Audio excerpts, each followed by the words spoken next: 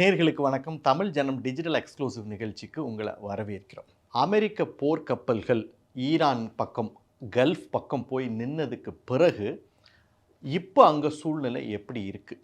இப்போ middle east பகுதியில் புவிசார் அரசியலில் ஏற்பட்டிருக்கக்கூடிய மாற்றம் என்ன? இது குறித்து தான் இந்த வீடியோவில் பார்க்க இருக்கிறோம். வாங்க வீடியோக்குள்ளே டீப்பாக பார்க்கலாம். அதுக்கு முன்னாடி தமிழ் ஜனம் யூடியூப் சேனலை சப்ஸ்கிரைப் பண்ணலன்னா தயவு செய்து சப்ஸ்கிரைப் பண்ணிடுங்க. இந்த காணொலியை பார்க்கறதுக்கு முன்னாடி தமிழ் ஜனம் யூடியூப் சேனலை சப்ஸ்கிரைப் பண்ணாமல் நீங்கள் பார்த்துட்டு இருந்தீங்கன்னா கண்டிப்பாக சப்ஸ்கிரைப் பண்ணிட்டு நீங்கள் பாருங்கள். ஏற்கனவே யுஎஸ்எஸ் ஆப்ரஹாம் லிங்கன் ஏர்கிராஃப்ட் கேரியரை ட்ரம்ப் அனுப்பி வச்சிருக்க நிலையில் நாங்கள் ஒரு ஃபுல் ஃப்ளெஜ்டு வாருக்கு தயாராக இருக்கோம் அப்படின்னு ஈரானும் பதிலுக்கு ரெடியாக இருக்காங்க. இதுக்கு நடுவில் இன்னைக்கு வாஷிங்டனில் செய்தியாளர்களை சந்தித்த ட்ரம்ப் என்ன சொல்லியிருக்கார் அப்படின்னா, we have sent a one beautiful another armada அப்படின்ட்டு இருக்கார். அதாவது என்னென்னா, இன்னொரு குரூப் ஆஃப் ஏர்கிராஃப்ட் கேரியர்ஸை நாங்கள் அனுப்பிச்சிருக்கோம். இந்த தடவை அதில் ஒரு air defence system, anti missile system, இது எல்லாமே இருக்குது அப்படிங்கிற விஷயத்தை போட்டு உடைச்சிருக்கார். அதனால் பதட்டம் இன்னும் அதிகமாக இருக்கிறது.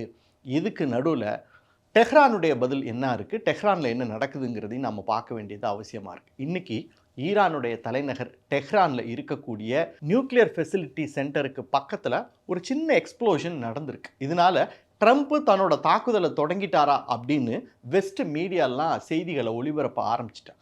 ஆனால் இதுக்கு ஈரான் தரப்பிலிருந்து ஒரு விளக்கம் கொடுக்கப்பட்டிருக்கு. இது என்ன அப்படின்னா, இது தினசரி நடக்கக்கூடிய எங்களுடைய ஆராய்ச்சியின் ஒரு பகுதி தான். இது ஒரு சின்ன எக்ஸ்ப்ளோஷன். இதுக்கு ஈரானில் இருக்கக்கூடிய மக்கள் எந்தவித பதட்டமும் அடைய வேணாம், இது எதிரிகளுடைய தாக்குதல் கிடையாது அப்படிங்கிற விஷயத்த சொல்லியிருக்காங்க. அது மட்டும் இல்லை, ஒரு ஸ்டன் வார்னிங்கை கொடுத்துருக்காங்க. அதாவது என்ன அப்படின்னா, அமெரிக்கா எங்கள் மேலே தாக்குதல் நடத்தினா நாங்கள் ஒரு ஃபுல் ஃப்ளெஜ்டு வாருக்கு தயாராக இருக்கோம். அது மட்டும் இல்லை, அமெரிக்க போர் தளவாடங்களை இறங்கி தங்களுடைய மண்ணிலிருந்து ஈரானை அட்டாக் பண்ணுவதற்கு எந்தெந்த கல்ஃப் நாடுகள், அரப் நாடுகள்லாம் உதவுதோ நாங்கள் அவங்க மேலேயும் தாக்குதல் நடத்துவோம் அப்படின்னு ஈரான் ஒரு வார்னிங்கை கொடுத்துருக்காங்க. அது மட்டும் இல்லை, ஈரானை சுற்றி இருக்கக்கூடிய வளைகுடா பகுதியில் இருக்கக்கூடிய அமெரிக்க போர் தளங்களையும் நாங்கள் தாக்கி அழிப்போங்கிறத மறுபடியும் ரீஇட்ரேட் பண்ணியிருக்காங்க. இதுக்கு நடுவில் இஸ்ரேலுடைய பிரதமர் பெஞ்சமின் நெத்தன்யாகு அவர் ஒரு ஸ்டேட்மெண்ட்டை சொல்லியிருக்கார். என்ன அப்படின்னா, அப்படி ஒருவேளை, அதாவது ஈரான் சொல்லியிருந்தது இல்லையா, நாங்கள் எந்தெந்த நாடுகளெல்லாம் அமெரிக்க படைகள் எங்கள் மேலே தாக்குதலுக்கு அவங்களுடைய மண்ணை அலோவ் பண்ணுறாங்களோ அந்த நாடுகளை தாக்குவேன்னு சொன்னாங்க இல்லையா, அதுக்குத்தான் பெஞ்சமின் நெத்தன்யாகு ஒரு ரிப்ளை கொடுத்துருக்கார். என்ன அப்படின்னா, ஒருவேளை ஈரான் எங்களை தாக்குனா நாங்கள் இதுவரைக்கும் இல்லாத அளவிற்கு நெவர் சீன் அட்டாக்கை ஈரான் மேலே நடத்தி காட்டுவோம், அதற்கு இதுவரை இல்லாத ஒரு மிகப்பெரிய படையை பயன்படுத்துவோம் அப்படிங்கிற வார்னிங்கையும் கொடுத்துருக்காங்க.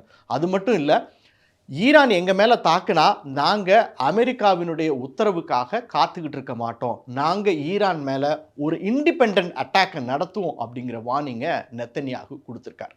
சரி, இதுக்கு நடுவில் மிடில் ஈஸ்ட் பகுதியில் புவிசார் அரசியலில் சில மாற்றங்கள் நடந்திருக்கு. அது என்ன அப்படின்னா, சவுதி அரேபியாவும் யுனைடெட் அரப் எமிரேட்டும் தொடர்ச்சியாக அமெரிக்கா கூடயும் பேச்சுவார்த்தை நடத்திக்கிட்டு இருந்தாங்க. இப்போது ஒரு அறிவிப்பை வெளியிட்டிருக்காங்க. அது என்ன அப்படின்னா, எங்களுடைய மண்லேருந்து நாங்கள் ஈரானை தாக்குவதற்கு அமெரிக்காவுக்கு உதவ மாட்டோம், எங்களுடைய வான் பகுதியை நாங்கள் அதுக்கு கொடுக்க மாட்டோம். ஏன் அப்படின்னா, எங்களுடைய ரீஜனல் ஸ்டெபிலிட்டி எங்களுக்கு முக்கியம், அதனால் நாங்கள் ஈரான் பக்கம்தான் நிற்கிறோம்.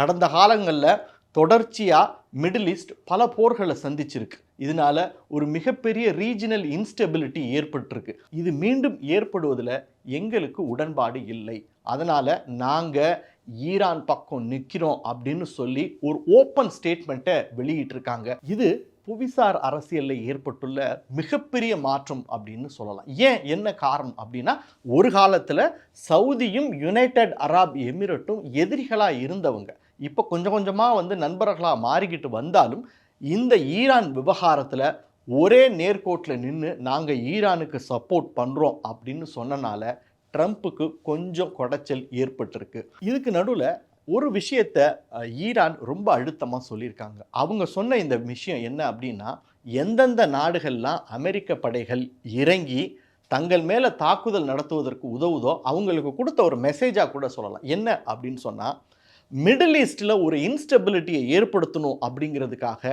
ட்ரம்ப் ஒரு சைக்கலாஜிக்கல் வாரை கையில் எடுத்திருக்காரு, அதுக்கு நீங்கள் இடம் கொடுத்துறாதீங்க அப்படின்னு. நமக்கெல்லாம் ஞாபகம் இருக்கும், ஆரம்பத்தில் அமெரிக்காவினுடைய அந்த ஏர்கிராஃப்ட் கேரியர்ஸை, ஸ்ட்ரைக்கிங் ஃபோர்ஸை அனுப்பும்போது ட்ரம்ப் சொன்ன வார்த்தையும் இதுதான். என்ன அப்படின்னா, மிடில் ஈஸ்டில் ஒரு ரீஜனல் இன்ஸ்டெபிலிட்டி ஏற்படுவதற்கான வாய்ப்பு இருக்குது, அது ஏற்படக்கூடாது அப்படிங்கிறதுக்காக தான் அமெரிக்கா போர்க்கப்பல்களை அனுப்புது அப்படின்னு சொல்லியிருந்தாரு. இப்போ அதே வார்த்தையை தான் ஈரான் சொல்லுது. ட்ரம்ப் போர்க்கப்பலை அனுப்பி ஒரு ரீஜனல் இன்ஸ்டெபிலிட்டியை ஏற்படுத்த முயற்சி பண்ணுறாரு, அதுக்கு நாமெல்லாம் அலோ பண்ணக்கூடாது, எல்லாருமே ஒரு லைனில் நிற்கணும், இஸ்லாமிய நாடுகள் எல்லாம் ஒன்று சேரணும் அப்படிங்கிற அழைப்பை ஈரான் விடுத்திருக்கு. இதுக்கு நடுவில் மிடில் ஈஸ்ட் பகுதியில் அமெரிக்கா ஒரு மேசிவான போர் ஒத்திகையை ஸ்டார்ட் பண்ணி அதை தொடங்கி இருக்காங்க. அதனால் இந்த போர் நடக்குமா நடக்காதா இது எல்லாமே நாம் ப்ரிடிக்ட் பண்ண முடியாது, நடக்கும்போது தான் நமக்கு தெரிய வரும். இது போன்ற சுவாரஸ்யமான புது தகவல்களை தெரிஞ்சுக்க தமிழ் ஜனம் சேனலை உடனே சப்ஸ்கிரைப் பண்ணிக்கோங்க.